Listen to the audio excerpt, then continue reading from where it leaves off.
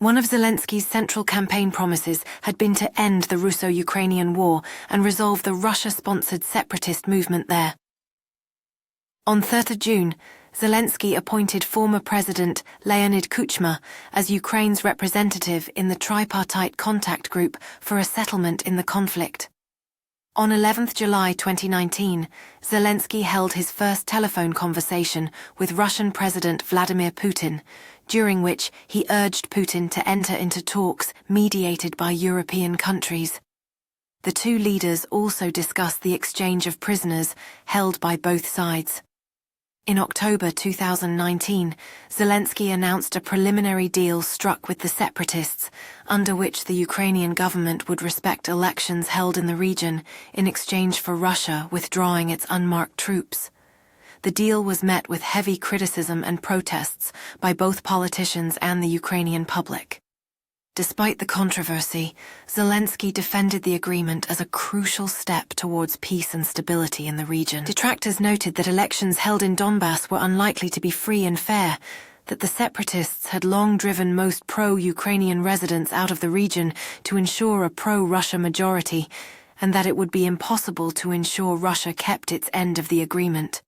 Zelensky defended his negotiations, saying the elections would not be held before a Russian withdrawal. The agreement failed to ease the conflict, as the separatists continued their attacks and Russia continued providing them with weapons and ammunition. Several Ukrainian nationalist militias and former militias also refused to accept the agreement. At this critical juncture, tensions were high as various factions stood firm in their opposition to the agreement. The people of Donbass found themselves caught in the middle, torn between conflicting allegiances and uncertain futures. Amidst the chaos and uncertainty, the resilience and spirit of the Donbass community shone through, forging bonds that transcended the challenges they faced. Zelensky's attempt to engage with the far-right Azov fighters in the Luhansk region of Donbass was met with mixed reactions. Andriy Beletsky, the leader of the far-right National Corps and first commander of Azov, stood firm on his accusations against Zelensky. The failure of the peace deal to reduce violence underscored the deep-seated tensions and complexities in the region. Despite Zelensky's efforts, the conflict in Donbass continued to escalate, posing a significant challenge to achieving lasting peace. The unresolved conflict in Donbass served as a sobering reminder of the complexity and fragility of peace negotiations in the region. The persistent violence and geopolitical tensions in Donbass highlighted the challenges of finding a sustainable resolution to the conflict. The ongoing struggle for stability in Donbass underscored the urgent need for multilateral diplomacy and cooperation to address the root causes of the conflict. The intricate web of political interests and historical grievances in the Donbass region complicated efforts to achieve a lasting peace agreement. In December 2019, Russia and Ukraine agreed to resume talks mediated by France and Germany under the so-called Normandy format, which had been abandoned in 2016. It was Zelensky's first face-to-face meeting with Vladimir Putin. In July 2020, Zelensky announced a formal ceasefire with the separatists, the more than 20th such attempt since the war began in 2014. Although the ceasefire was frequently violated over the next few years and overall violence remained high, ceasefire violations in 2020 did decrease by over 50% compared to the previous year.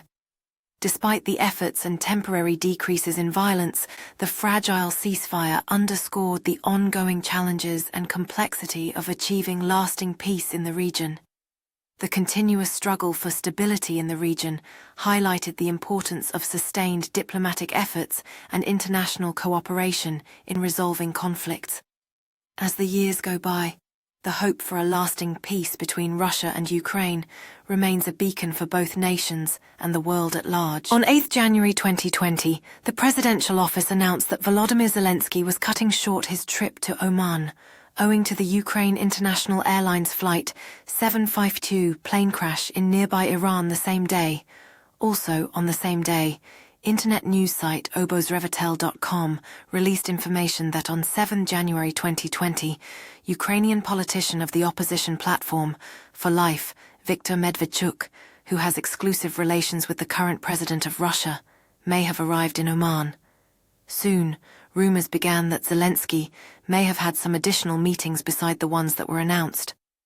On 14 January 2020, Andriy Yermak dismissed the rumors as speculations and baseless conspiracy theories, while Medvedchuk stated that the plane was used by his older daughter's family to fly from Oman to Moscow.